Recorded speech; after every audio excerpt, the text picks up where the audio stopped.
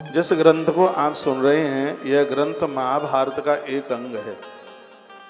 इसको महाभारत से लिया गया है। जैसे श्रीमद् भगवद गीता भी महाभारत का ही एक अंग है।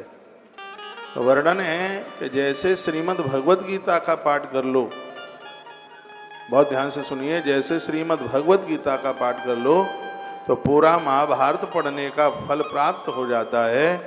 उसी प्रकार से जैसे हरिवंश पुराण का पाठ कर लो तो 18 पुराण सुनने का फल प्राप्त हो जाता है। यह इतनी बड़ी महिमा। हरिवंश पुराण को सुनने से 18 पुराणों का फल मिलता है। श्लोक बोल रहा हूं। अष्टादश पुराणानां श्रवणाद यत् फलम लवेत् तत्फलम सममाप्नोति वैष्णवो नात्र संशय। ये महाभारत के भविष्य पर्व में यह वर्णन है कि जो भी कोई हरिवंश पुराण की कथा सुन लेता है उसे 18 पुराण उप पुराण सब कथा सुनने का उन्हें फल प्राप्त हो जाता है। तो आप अकेली हरिवंश पुराण की कथा नहीं सुन रहे, ये समझ लो कि इस कथा को सुनने से आपको अष्टादश 18 पुराणों की कथा सुनने का सौभाग्य प्राप्त हो रहा है। एक तो कार्तिक का महीना है। कार्तिक के महीने में हर चीज 1000 गुनी होती है। हर चीज, एक गैया का गोदान 1000 गोदान के बराबर है। 1 रुपया का दान 1000 रुपए के दान के बराबर है। एक बेटी का कन्यादान 1000 बेटियों के कन्यादान के बराबर है। तो इसका मतलब यह हो गया कि आप हरिवंश पुराण सुन रहे हैं तो 18 पुराण 1000 बार सुने जाएं तब उतना फल मिले। कार्तिक मास में एक बार हरिवंश पुराण सुनने से उतने फल की प्राप्ति होती है। इसमें अतिशयोक्ति नहीं है बिल्कुल। मेरी क्या गर्ज पड़ी है सो मैं अतिशयोक्ति करूंगा। ग्रंथ मेरे सामने रखा हुआ है, पोथी मेरे सामने रखी हुई है और उसी की ये प्रमाणित बातें। आप जितना भी सुने इसको श्रद्धा के साथ सुने।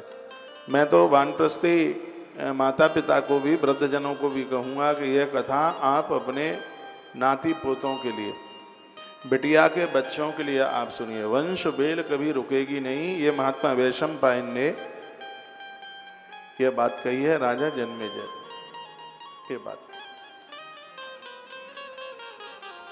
तो वंश वृद्धि के लिए यह ग्रंथ इस मृत्यु लोक का एक बहुत बड़ा वरदान है, बहुत बड़ा वरदान। संतान जन्म के लिए बहुत चीजें बताई गई हैं, लेकिन हरिवंश पुराण से बढ़कर इसके ऊपर कुछ है ही नहीं, ये समझ लें आप। यह संवाद महात्मा वैशंपायन और परीक्षित राजा के पुत्र हैं जन्मेजय। उन्होंने ये पूछा था कि जिनको संतान नहीं है वो संतान क्यों नहीं है, ये भी पूछा। वंश वृद्धि के लिए औलाद तो सबको चाहिए। हाँ, मैं भी आपसे यही सुनने के लिए बैठा हूं और उसको आप विस्तार पूर्वक आप बताएं। तो जब वैशंपायन महात्मा ने ये बताया कि हरिवंश पुराण की कथा से कैसे संतान का जन्म होता है, इसकी कितनी महिमा है, डब डब आंसू भर आए आंख में। और बताते हैं कि जिस समय हरिवंश पुराण महात्मा वैशंपायन ने सुनाया था, सगरे देवता उस स्थान पर बैठे हुए थे। जितनी नदियां थी वो सब वहां पर 68 करोड़ तीर्थ अपना भेष छिपा करके हरिवंश पुराण की कथा सुनने के